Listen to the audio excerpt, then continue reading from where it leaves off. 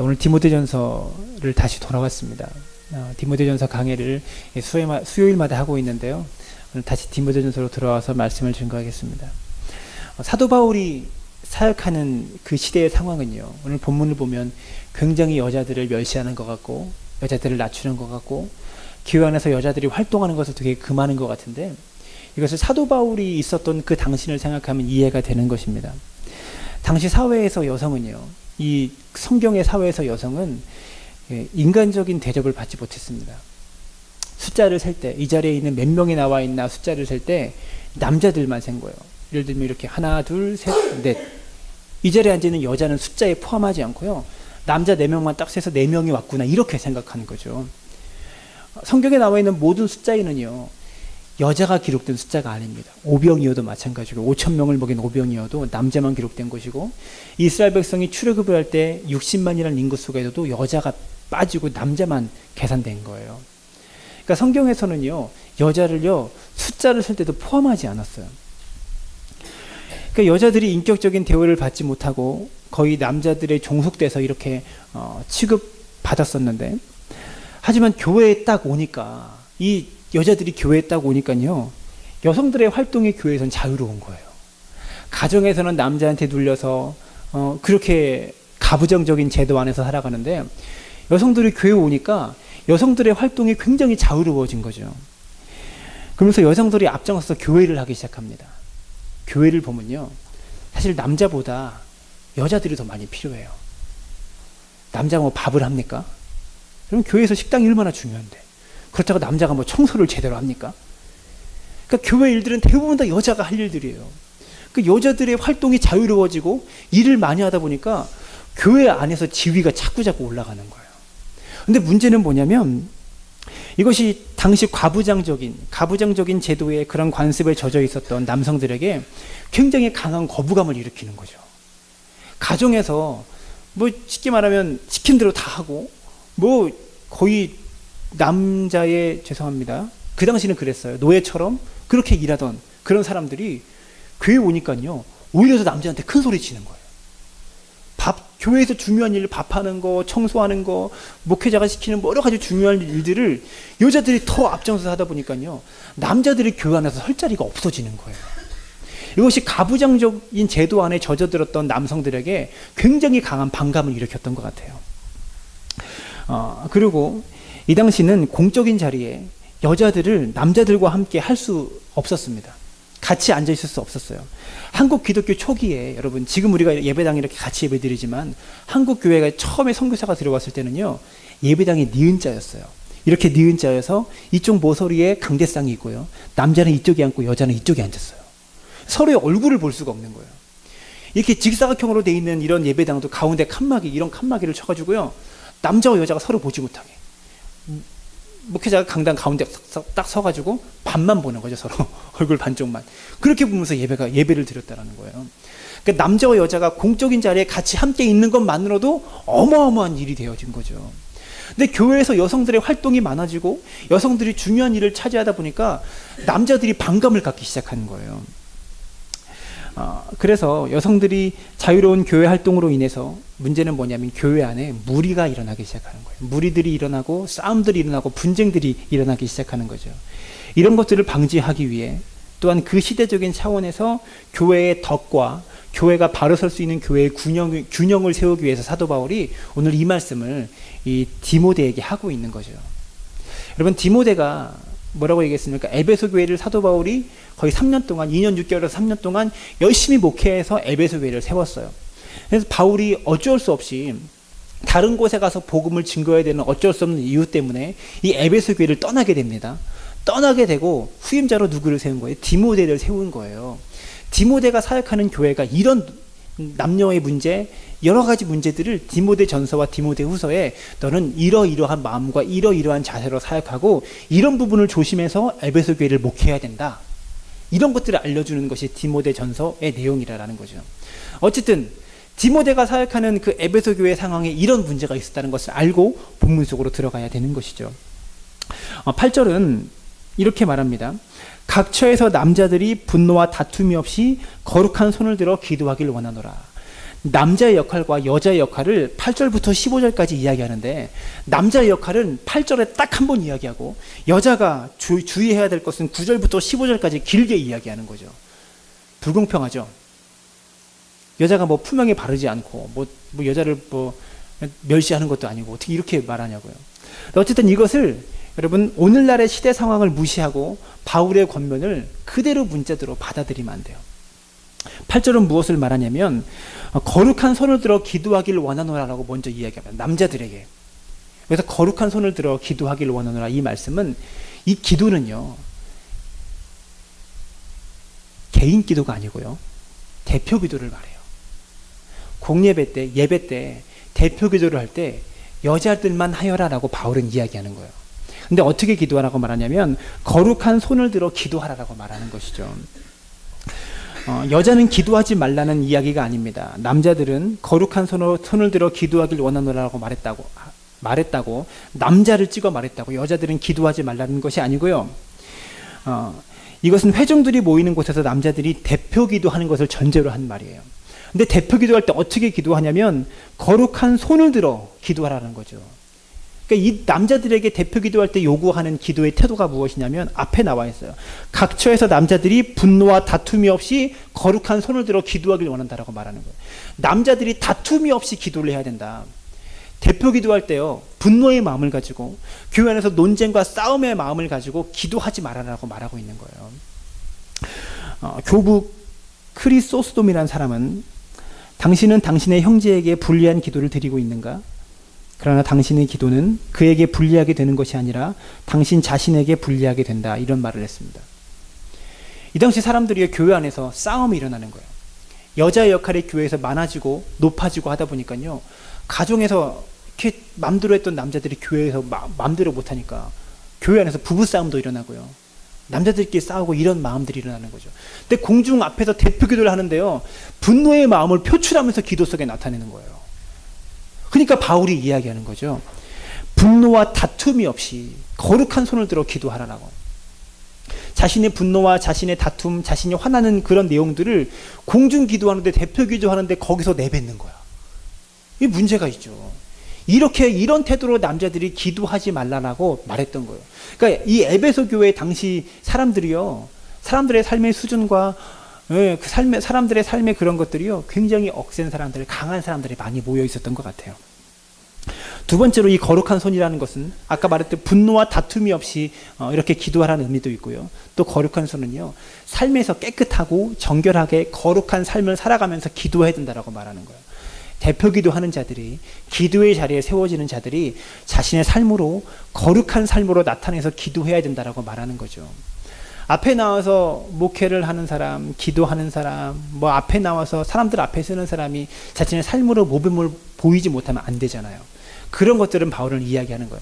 남자들이 앞장서서 기도를 하거나 앞장서서 일하려면 너희들의 삶의 모범을 먼저 보여야 된다라고 말하고 있는 거죠. 헌신하는 것이나 일하는 것이나 충성하는 것이나 이런 것들에서 너희들의 삶의 모범을 먼저 보이고 그렇게 앞장서서 나아가야 된다라고 말하는 거예요. 그래서 9절부터 또 여자들에 대해서 이야기하는데요. 뭐라고 말하냐면 또 이와 같이 여자들도 단정하게 옷을 입으며 소박함과 정절로서 자기를 단정하고 따은 머리나 금이나 진주나 값진 옷으로 하지 말고라고 말합니다. 이 단정하게라는 말의 뜻은 무엇이냐면 질서가 잡힌 그런 뜻이에요. 그러니까 단정하게 옷을 입으라는 것은 무엇입니까? 질서가 잡힌 옷을 여자들이 입고 교회에 와야 된다라고 그러는 거예요. 이 당시 에베소는요. 아데미 여신을 믿었다고 그랬죠. 에베소 사람들은. 에베소 교회는요. 아데미 여신이라는 신을 믿고 있었어요. 원래 옛날부터 그 에베소 땅 안에 내려오던 신의 이름이 아데미 여신이에요.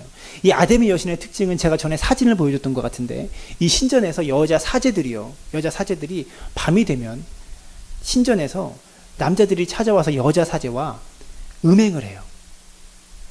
여자 사제와 이렇게 음행을 하고 그러면 그것이 신앙심이 되는 거예요. 그래서 아데미 여신은요, 사제들이 다 여자였어요. 근데 교회 안에서 여성들의 활동이 많아지다 보니까요, 에베소 그 도시 안에 여성들의 활동이 많아지다 보니까요, 이 아데미 여신을 오랫동안 믿고 내려왔던 이 사상과 교회의 사상과 부딪히기 시작하는 거예요. 그래서 마치 이 아데미 여신의 사상을 교회 안으로 끌어들어 여자들이 힘이 세지고 많이 활동하다 보니까 교회 안에 끌어들어와서요 신앙이 정돈되지 못하는 모습이 많았던 것이죠. 그래서 옷차림도 단정하지 못하고 옷차림부터가 이상하고 이상한 옷을 입고 오는 그런 여성들도 많이 생겼던 것 같아요. 단정하게 옷을 입으라는 거예요. 질서가 잡힌 옷. 단정하게는 질서가 잡힌 옷이라고 그러죠.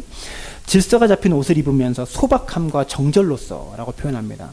소박함이라는 말은요, 부끄러움, 공손함 이런 것을 뜻해요.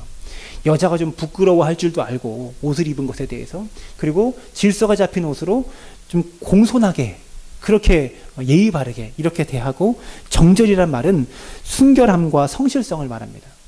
이런 것들을 가지고 교회에 나와야 된다라고 말하고 있는 것이죠. 그리고 자기를 단장하고 따은 머리와, 이 따은 머리라는 것은 또 무슨 말이냐면 그 당시 고급 매춘부들이 치장한 머리가 따은 머리였어요. 머리를 이렇게 따고 이렇게, 그 당시 사람들은 대부분 다 얼굴을, 지금도 유대인들은 얼굴을 가리고 다니죠, 여자들이요. 근데 이 창기들이나 이런 여자들은요 머리를 드러내놓고 따고 다녔대요, 이 당시는요. 그래서 따은 머리라는 것은 무엇이냐면 이 매춘부들이 치장하는 머리, 아름다움을 나타내기 위해서 치장하는 그런 머리였나 봐요. 근데 교회에 이런 머리를 하고 오는 거예요. 그래서 사도 바울이 이런 머리를 하지 말아라라고 말하는 거죠. 근데 이것은요 문화에 따라 요즘 세대의 문화와는 많이 차이가 있습니다. 요즘 뭐 따은 머리 한다고 교회 오지 말라고 하는 사람 없잖아요. 요즘 좀 이렇게 우리가 좀 보기 싫고, 이 당시 따은 머리처럼 보기 싫고 후명에 방지하지 못하는 것들은 어떤 스타일입니까? 뭐 노란불로 염색하는 거, 뭐 예배 시간에 모자 쓰고 있는 거, 뭐 이런 것들은 저는 이해되는 문화예요. 제 세대는 이해가 됩니다. 그러나 우리 뭐 장로님과 권사님들 세대는 이해가 안 될 노란 머리도 이해가 안 되겠지만, 요즘 제가 받아들이기 힘든 문화는 어떤 거냐면 문신 있잖아요. 문신도 요즘은 타투라고 해가지고요. 옛날에는 문신이 영구적으로 이렇게 몸에 박혔는데 한번 문신하면 이게 안 지워지잖아요. 근데 요즘은요 타투는 2년이나 3년 되면 다 없어진대요. 젊은 사람들이요 여름에 나시티 입고 양쪽 팔에다가 뭐 독수리 날개처럼 문신하고 다녀요. 그런 건 저는 정말 못 보겠더라고요. 노란 머리 들이고 머리에 모자 쓰고 예배 드리는 거, 이런 것들은 다 이해가 됩니다, 제 세대는. 근데 요즘 막 이렇게 문신을 하고 또 엉덩이에다가 바지를 또 낮춰 입잖아요. 이렇게 우리처럼 이렇게 올려 입는 게 아니고 낮춰 입으니까 이게 숙이면 엉덩이가 보여요. 엉덩이 골이 보이는데 거기다가 또 독수리 모양을 하고 다니는 것들도 있어요. 그런 사람들도. 어쨌든 저는 그런 거는 좀 이해가 안 돼요. 여러분, 근데 지금의 고등학생들, 중학생들이 크면요 아마 그것도 용납하고 이해되는 문화가 될 겁니다. 어쨌든 그 당시는 따은 머리가 이해가 안 됐대요. 근데요, 그 당시나 지금이나 변하지 않는 것이 있는데요. 여자들이 가져야 될 태도, 교회 안에 교인들이 가져야 될 태도 중에 변하지 않는 것이 있는데요. 그 다음입니다. 금이나 진주나 값진 옷으로 하지 말고 단장을 하되 금이나 진주나 값진 옷으로 하지 말아라라고 말하는 거예요. 여러분, 저는 좀 이해가 안 되는 것이요. 제일 좀 뭐라고 표현할까요? 좀 보기가 싫은 흉측한 모습이요. 큰 교회 담임 목사님, 사모님들이 진주 목걸이 큰 거를 목에다 걸고, 금귀걸이를 귀에다 끼고 비싼 구두에 명품 백으로 치장하고 다니는 모습이 정말로 보기가 싫더라고요. 네. 자신의 아름다움을 금이나 진주나 값진 보석들 이런 것들로 하지 말아라고 말하는 거죠. 여자는요 남자보다도 아름다움에 대한 욕망이 크잖아요. 더 아름다워지고 싶은 것이, 남자도 멋있게 보이고 싶은 마음은 있는데요, 그 여자가 더 세대요. 나는 잘 모르겠어요. 근데 여자가 아름다워지고 싶은 마음은 나이가 들어도 똑같다며요. 그런 마음이 있다고 합니다. 그런데 그것을 금이나 진주나 값진 옷으로 하지 말고 무엇으로 하라고 말하냐면 10절에서 오직 선행으로 하기를 원하노라라고 말하고 있는 거예요. 아름다움을 금이나 옷이나 값진 것으로, 그런 것들로 자기를 치장해서 아름다움을 표현하려고 하지 말고 선행으로 아름다움을 표현하라라고 말하는 것이죠. 여러분, 잠언 31장 30절은요. 고운 것도 거짓되고 아름다운 것도 헛되나 오직 여호와를 경외하는 여자는 칭찬을 받을 것이라고 표현합니다. 고운 것도 거짓되다고 말하고 아름다운 것도 헛된 것이고, 그런데 여호와를 경외하는 여자는 칭찬을 받는다고 말하고 있어요. 여러분, 가정에서 아내의 역할이 뭐냐면 시편 128편인가요? 거기에 보면은 제가 전에 설교한 적이 있는데 여호와를 경유하는 자는 이와 같은 복을 얻을 것인데, 남자들은 자기 손이 수고하는 대로 받는 복을 받고, 여자들은 내 집의 아내는 포도나무와 같을 것이다 라고 표현하고 있어요. 아내가 포도나무래요. 여자를 포도나무에 비유하는데요, 이 포도나무는 특징이 있습니다. 포도나무를 딱 보면요, 정말로 못생겼어요. 근데 죄송해요, 아내들에게 하는 표현이에요. 아내들은 포도나무 같을 것이다 그러는데요, 포도나무는요 볼품없는 나무예요. 나무 자체로 보면 쓸모없는 나무고 볼품없는 나무입니다. 되게 희한하게 생겼어요. 근데요, 그 포도나무 보고 못생겼다 그러는 사람은 아무도 없어요. 왜냐하면 포도나무는요, 포도나무를 만들어진 목적이 포도 열매를 맺기 위한 목적으로 만들어진 거예요. 그러니까 가정에서 여자는 어떤 존재냐면 관상용이 아니고요, 열매를 맺는 존재인 거예요.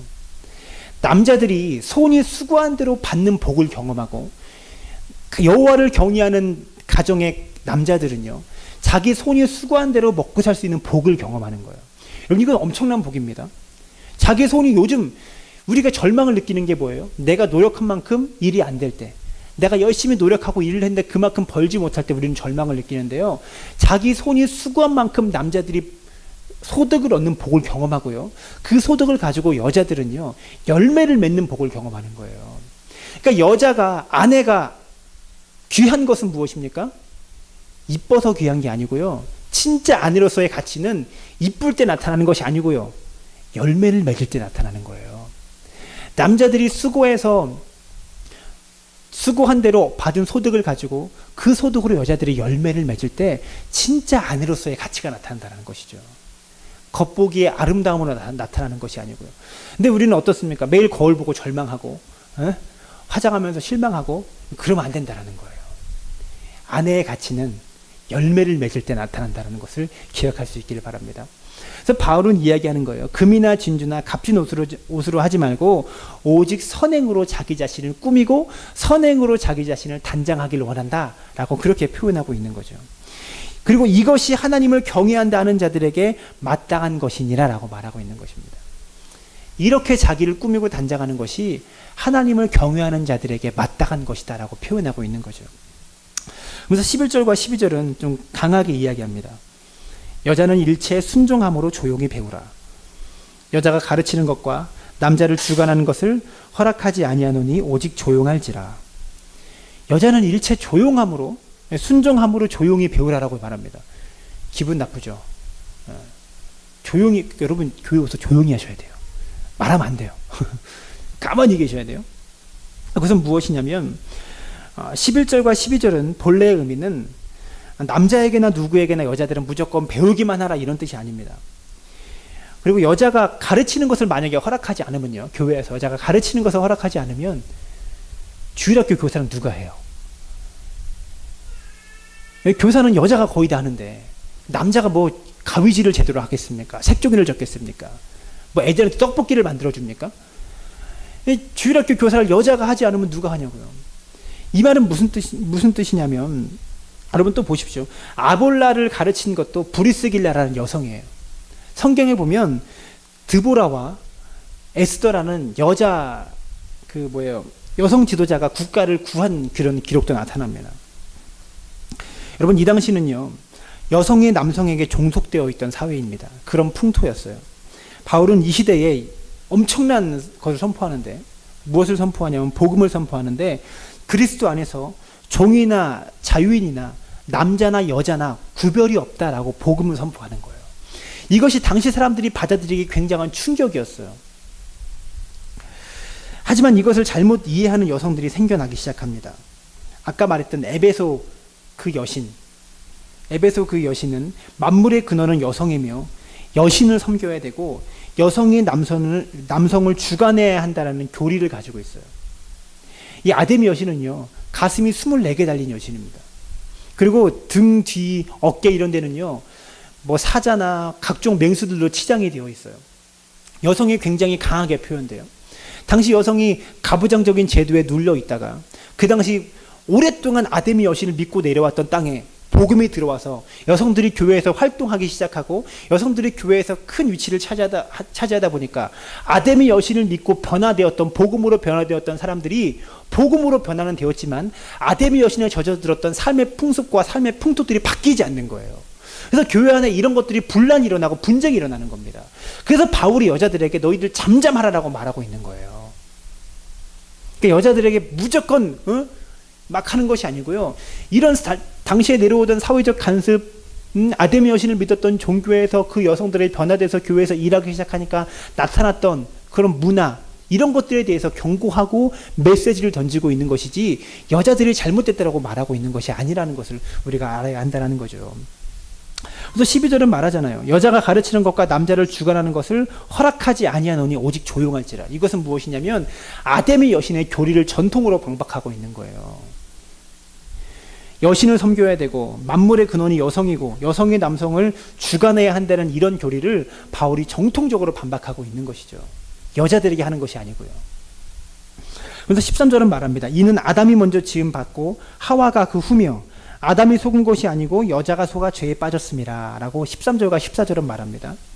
무엇이냐면 이것은 가정에서 리더십, 남자와 여자와의 리더십은 남성에게 있다라고 말하는 거예요. 물론 이렇게 말하시는 분도 있어요. 그건 다른 의미로 말하시는 건데 여기서는 바울이 남성을 더 우월하게 이야기하잖아요. 아담이 먼저 지음받고 하와가 그 후며 아담이 속은 것이 아니고 여자가 여자 때문에 속아서 아담이 죄에 빠졌다 이렇게 말해서 남성을 더 우월하게 말하는데요. 어떤 분들은 이렇게 해석해요. 여자가 나중에 만들어졌기 때문에 남자는 흙으로 만들어졌지만 여자는 뼈로 만들어져서 여자가 더 튼튼하다. 네. 튼튼한 여성들이 굉장히 많잖아요. 튼튼하다 이렇게 말하고 또 제품도 나중에 나온 것일수록 최신품이다. 남자보다 여자가 더 최신품이다. 더 좋다. 이렇게 말하는 사람도 있어요. 근데 그것은 다른 의미고요. 오늘 본문은 무엇을 말하는 거냐면 여러분 한 가정에서 애가 태어나죠. 첫째와 둘째가 태어나면 첫째가 형이잖아요. 둘째는 동생이잖아요. 그럼 리더십은 누가 가지고 있어요? 첫째가 가지고 있잖아요. 하나님께서 남자를 먼저 만드셨다 이거예요. 그러니까 형과 동생의 비율을 따지면 남자를 먼저 만드신 거예요. 여자보다. 그래서 남자에게 리더십에 가야 한다라고 말하는 거예요. 만약에 동생이 내가 오늘부터 형 할 거야. 형이 동생해 라고 말할 수 없는 거예요. 이것은 시대가 가도 변하지 않는 것인데 가정에서의 리더십은 남자에게 가야 한다라고 말하는 거죠. 그리고 14절은 아담이 속은 것이 아니고 여자가 속아 죄에 빠졌음이라고 말하는데 모든 죄를 여자에게 뒤집어 씌우는 게 아니에요. 하와가 죄를 졌다. 하와에게 죄를 뒤집어 씌우는 그런 표현이 아닙니다. 이건 또 무슨 말이냐면 바울은요. 로마서에서 한 사람 아담이 범죄해서 죄가 들어왔다라고 말해요. 여기서는 디모데전서에서는 바울이 뭐라고 말합니까? 여자가 속아 죄에 빠졌다고 말하는데요. 로마서에서는 한 사람인 아담이 범죄해서 죄가 우리에게 들어왔다라고 로마서에서는 그렇게 이야기합니다. 이것은 무엇이냐면 로마서에서는요. 여자 때문에 죄에 빠지긴 했지만 대표성을 남자가 갖고 있기 때문에 아담의 범죄다라고 표현한 거예요. 근데 14절은 실질적으로 여자가 속아 죄에 빠졌다라고 말하고 있는 거죠. 이것 또한 아담의 여신의 사상을 정통적으로 반박하기 위해서 바울이 이렇게 표현한 거예요. 여성이 우월하다, 여성이 높다 라는 아담의 여신의 교리를 그대로 받아들여서 변화된 사람들이 교회에서도 그대로 받아들여서 신앙생활하고 있는 삶의 태도를 반박하기 위해서 하와가 속아 죄에 빠졌다 이렇게 말하고 있다라는 것이죠. 그러면서 15절은 그러나 여자들이 만일 정숙함으로써 믿음과 사랑과 거룩함에 거하면 그의 해산함으로 구원을 얻으리라 라고 표현하고 있습니다. 이 당시 교회에서 여성들은요, 여러분 말로 표현하기 힘들 정도로 분쟁과 다툼만 일어나는 것이 아니고요. 아까 말했던 아담의 여신의 그 음행들 있잖아요. 그것 또한 교회에서 보여주고 있는 여성들도 있었던 것 같아요. 그래서 여성들에게 정숙함으로 믿음과 사랑과 거룩함에 거하면 해산함으로 구원을 얻으리라라고 말했습니다. 정결을 지키고 믿음과 사랑과 거룩함에 거하면 해산함으로 구원을 얻으리라. 믿음과 사랑과 거룩함으로 자기를 지켜가고 해산의 고통을 감내하면 이런 것들을 자신을 순결하게 지키고 해산의 고통을 감내하면 하나님은 더 큰 은혜를 여자들에게 베풀어 주시겠다라고 말하고 있다라는 거죠. 여러분 오늘 말씀은요 교회 안에 바른 균형을 세우기 위해서 바울이 이야기하고 있는 것입니다. 고린도 교회를 보면요, 고린도 교회도 바울이 이렇게 이야기합니다. 여자여 교회에서 잠잠하라. 여러분, 당신은 이 곳곳마다 그 바울이 가는 도시마다 음란한 문화가 가득했습니다. 항구 도시가 많았기 때문에. 제가 주일 오후 예배 때 설교할 때 말했던 것처럼 항구 도시가 음란할 수밖에 없었던 이유가 무엇이냐면, 그 당시 배가 시간표가 없었잖아요. 시간표가 없었기 때문에 한 곳에 배를 타려고 도착하면요, 여관에서 무조건 자는 거예요. 자가지고 다음날 아침에 항구에 가서 오늘 배가 왔습니까? 안 왔습니다. 그럼 또 여관에 들어가는 거예요. 오늘 배가 왔습니까? 안 왔습니다. 또 가는 거예요. 계속 여관에서 머물면서 매일마다 항구에 들어가서요, 배가 왔냐고 물어봐요. 한 달이건 두 달이건. 그래서 배가 왔으면 다음날 배를 탈 준비를 하고 짐을 싸서 배를 타고 떠나는 거예요. 그렇기 때문에 항구에 도착하면 어떡합니까? 거기 계속 있는 거예요. 배가 올 때까지. 그러다 보니까 여관이 발달할 수밖에 없었고, 여관이 발달하면 자연적으로 음란함이 가득할 수밖에 없었습니다. 사도 바울이 사역했던 도시들은 항구 도시가 많았고요, 이런 무역을 하는 항구가 있는 대도시들이 많았어요. 그러니까 가는 도시마다 이런 일들이 일어날 수밖에 없었던 거죠. 이 고린도 교회도 음행하는 여자 때문에 교회 안에서 문제가 일어나기 시작합니다. 그래서 그런 여인들에게 여자여 교회에서 잠잠하라라고 말하는 거예요. 문화적인 이야기지. 바울이 이렇게 말했다고 여러분, 오늘 시대에 여성들에게 목사 안수를 안 주고 여성들에게 장로들을 안 주는 것, 여러분, 이것은 사실 해석의 나름인데요. 해석의 나름인데, 어떤 보수적인 교단은요, 여성들에게 목사 안수를 안 줍니다. 장로도 안 줘요. 저희 교단은, 예수교에 대한 선교교단은 여성들에게 목사 안수를 줍니다. 그 당시는 이해가 돼요. 왜냐하면 목회는요, 그 당시 한 40년, 50년 전만 해도 목회하면 저처럼 교회를 세워서 단임 목회를 하는 것이 목회만이다라고 생각했어요. 지금요, 목회가 굉장히 다양해졌습니다. 교회를 세워서 목회하는 것만이 목회가 아니고요, 목회의 범위가 넓어진 거예요. 고아들을 돌보는 것도 목회고요, 어르신들을 돌보는 것도 목회고요, 일하는 것도 목회고요, 목사들이 필요한 영역들이 굉장히 많아진 거예요. 여러분, 고아들 돌보는 거요, 남자보다 여자가 훨씬 잘합니다. 어르신들 돌보는 장애인 복지 사역, 남자보다 여자가 훨씬 잘해요. 그렇기 때문에 뭐 교회 안에도 마찬가지죠. 남자보다 여자가 더 일을 잘하잖아요. 교회는 여자가 없으면 안 돌아가거든요. 물론 남자도 필요합니다. 그래서 여자들에게도 장로를 주는데요, 안 주는 교단들이 있어요. 이런 말씀들을 그대로 문자적으로 받아들여서 문화적으로 한 말이에요. 이 말은 아마 앞으로 한 5년이나 길게는 10년, 그러면 그 정도 되면 모든 교단도 거의 다 대부분 목사 안수를 줄 겁니다. 다 그렇게 변해가고 있고요. 그런 추세이기 때문에. 어쨌든 오늘 본문은 여성들이 교회에서 조용하고 일체 순종함으로 조용히 배우라, 아무것도 하지 마라, 이런 것이 아닙니다. 당시 잘못된 이 에베소 교회에 내려왔던 문화들, 이것들을 바울이 가르치고 반박하기 위해서 디모데에게 격려했던 이런 것들을 주의함으로 가르쳐라라고 말하고 있는 것이죠. 여러분, 우리 여성들 교회에서 열심히 봉사하고 열심히 헌신하고 지금것처럼 열심히 충성하기 바랍니다. 그러나 금이나 진주나 값진 옷으로 치장하지 말고 단정하게 옷을 입고 소박함과 정절로서 자기를 단장하고, 여러분, 선행으로 자신을 단장하면서 충성스럽게 주의를 감당하는 여성들이 되기를 주님의 이름으로 부탁을 드립니다.